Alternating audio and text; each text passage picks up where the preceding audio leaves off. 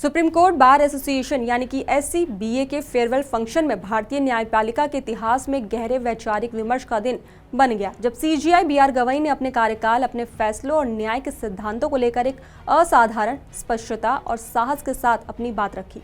आमतौर पर retirement speech औपचारिकता तक सीमित होती है, लेकिन जस्टिस गवई ने इसे उस मंच में बदल दिया जहां उन्होंने अपने सबसे विवादित फैसलों, आलोचनाओं, विचारधाराओं और न्याय दर्शन पर खुलकर चर्चा की। उनके शब्द में एक और वर्षों का अनुभव झलक रहा था, तो दूसरी ओर उस न्यायाधीश की संवेदनशीलता भी दिख रही थी जो अदालत में बैठकर केवल कानून नहीं देखता, बल्कि समाज की असल तस्वीर, उसकी पीड़ा और उसके संघर्ष को भी समझने की कोशिश करता है। अपने संबोधन की शुरुआत में ही CJI गवई ने उस विचार पर दोबारा जोर दिया जिसे लेकर पिछले महीनों में देश भर में तीखी बहस चली, अर्थात अनुसूचित जातियों और जनजातियों में क्रीमी लेयर को आरक्षण के फायदों से बाहर रखा जाए। उन्होंने इस बात को स्वीकार किया कि यह दृष्टिकोण उनके अपने समुदाय के भीतर भी काफी विवादित है। उन्होंने कहा कि उनके फैसलों और टिप्पणियों को लेकर दलित समाज के कुछ वर्गों ने उन्हें कठोर आलोचना का सामना करना पड़ा, लेकिन इसके बावजूद वे आज भी पूरी तरह से इस विचार पर कायम है कि सामाजिक न्याय का सही अर्थ यही है कि जिन लोगों तक आज भी मूलभूत सुविधाएं नहीं पहुंची है उन्हें प्राथमिकता मिले, न कि उन लोगों को जो पहले से ही सामाजिक और आर्थिक रूप से आगे बढ़ चुके हैं। तो वहीं अपने फैसले का बचाव करते हुए उन्होंने एक बेहद मानवीय उदाहरण दिया जिसने सभागार में मौजूद सभी लोगों को सोचने पर मजबूर कर दिया। उन्होंने कहा कि वह खुद से एक सवाल पूछते हैं, क्या ये बराबरी होगी कि एक आदिवासी इलाके के उस लड़के को जिसने अपनी जिंदगी में संघर्ष के अलावा कुछ नहीं देखा, उसे मेरे बेटे के साथ मुकाबला करना पड़े जिसे मेरी स्थिति के कारण बेहतरीन शिक्षा और सुविधाएं पहले से ही मिली हुई हैं। उनके इस सवाल में सिर्फ एक न्यायाधीश का कानूनी दृष्टिकोण नहीं, बल्कि एक पिता की ईमानदार स्वीकारोक्ति और समाज की वास्तविक असमानताओं का सीधा सामना भी था। तो वहीं जस्टिस गवई ने अपने उस लॉ क्लर्क का किस्सा भी शेयर किया जिसने उन्हें ये एहसास दिलाया कि न्याय केवल किताबों में लिखे नियमों से नहीं बल्कि वास्तविकता की समझ से भी बनता है। वो लॉ क्लर्क जो महाराष्ट्र के एक अधिकारी का बेटा था और SC कैटेगरी से भी था, उसने कहा था कि वो कभी भी SC कोटे के लाभ नहीं लेगा क्योंकि उसे पहले ही अच्छी शिक्षा और सुविधाएं मिल चुकी है। CJI ने कहा कि उस युवा ने वो बात समझ ली जो कोई नेता और सामाजिक समूह समझने से इनकार करते हैं। उनके इस कथन में ये भी छिपा था कि आरक्षण का मकसद बराबरी लाना है, न कि असमानता को नए रूप में कायम रखना।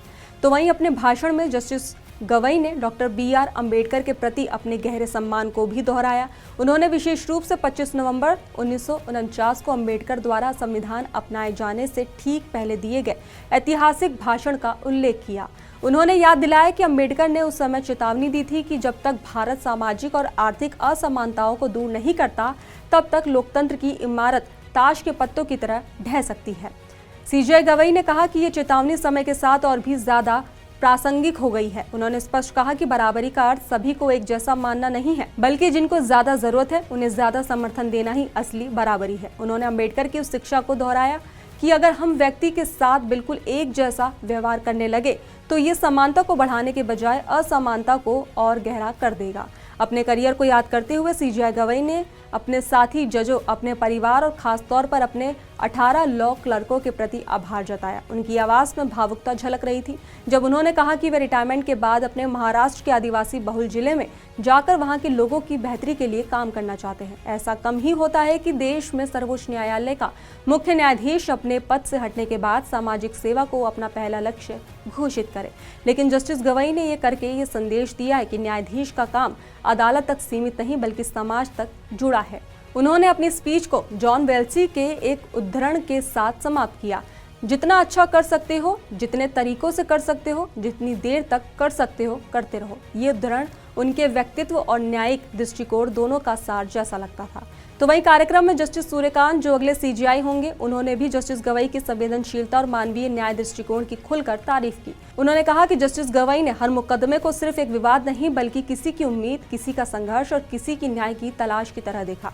उन्होंने कहा कि उनकी संवेदनशीलता ने उनके निर्णयों को एक नैतिक स्पष्टता दी जिसे पढ़कर हर व्यक्ति प्रभावित होता है। जस्टिस सूर्यकांत ने आगे कहा कि जस्टिस गवई केवल अपने फैसलों से नहीं बल्कि अपने संयमित स्वभाव और शांत स्थापित करने की क्षमता से भी याद किए जाएंगे। उनके अनुसार जस्टिस गवई अदालत में मतभेदों को टकराव में बदलने के बजाय संवाद और समझ के माध्यम से संतुलन बनाने में विश्वास रखते हैं। तो वहीं अपने संबोधन को उन्होंने एक शायरी के साथ पूरा किया। रुखसत के वक्त भी छोड़ जाते हैं कुछ निशान, कुछ लोग कदम से नहीं उसूलों से पहचाने जाते हैं। तो वहीं अंत में जस्टिस गवई को याद करते हुए ये बात भी अक्सर दोहराई गई कि वह सुप्रीम कोर्ट के इतिहास में अनुसूचित जाति समुदाय से आने वाले दूसरे सीजीआई रहे और पहले बौद्ध मुख्य न्यायाधीश भी। उनका कार्यकाल भले ही 6 महीने से कुछ ज्यादा का रहा, लेकिन इस छोटे से समय में उन्होंने कई महत्वपूर्ण फैसले दिए, जिनमें सामाजिक न्याय और समान अवसर की सोच हमेशा केंद्र में रही। तो वहीं इस खबर पर आपका क्या कहना है, हमें कमेंट बॉक्स में जरूर बताएं। ऐसे तमाम वीडियोस के लिए देखते रहिए दी एज।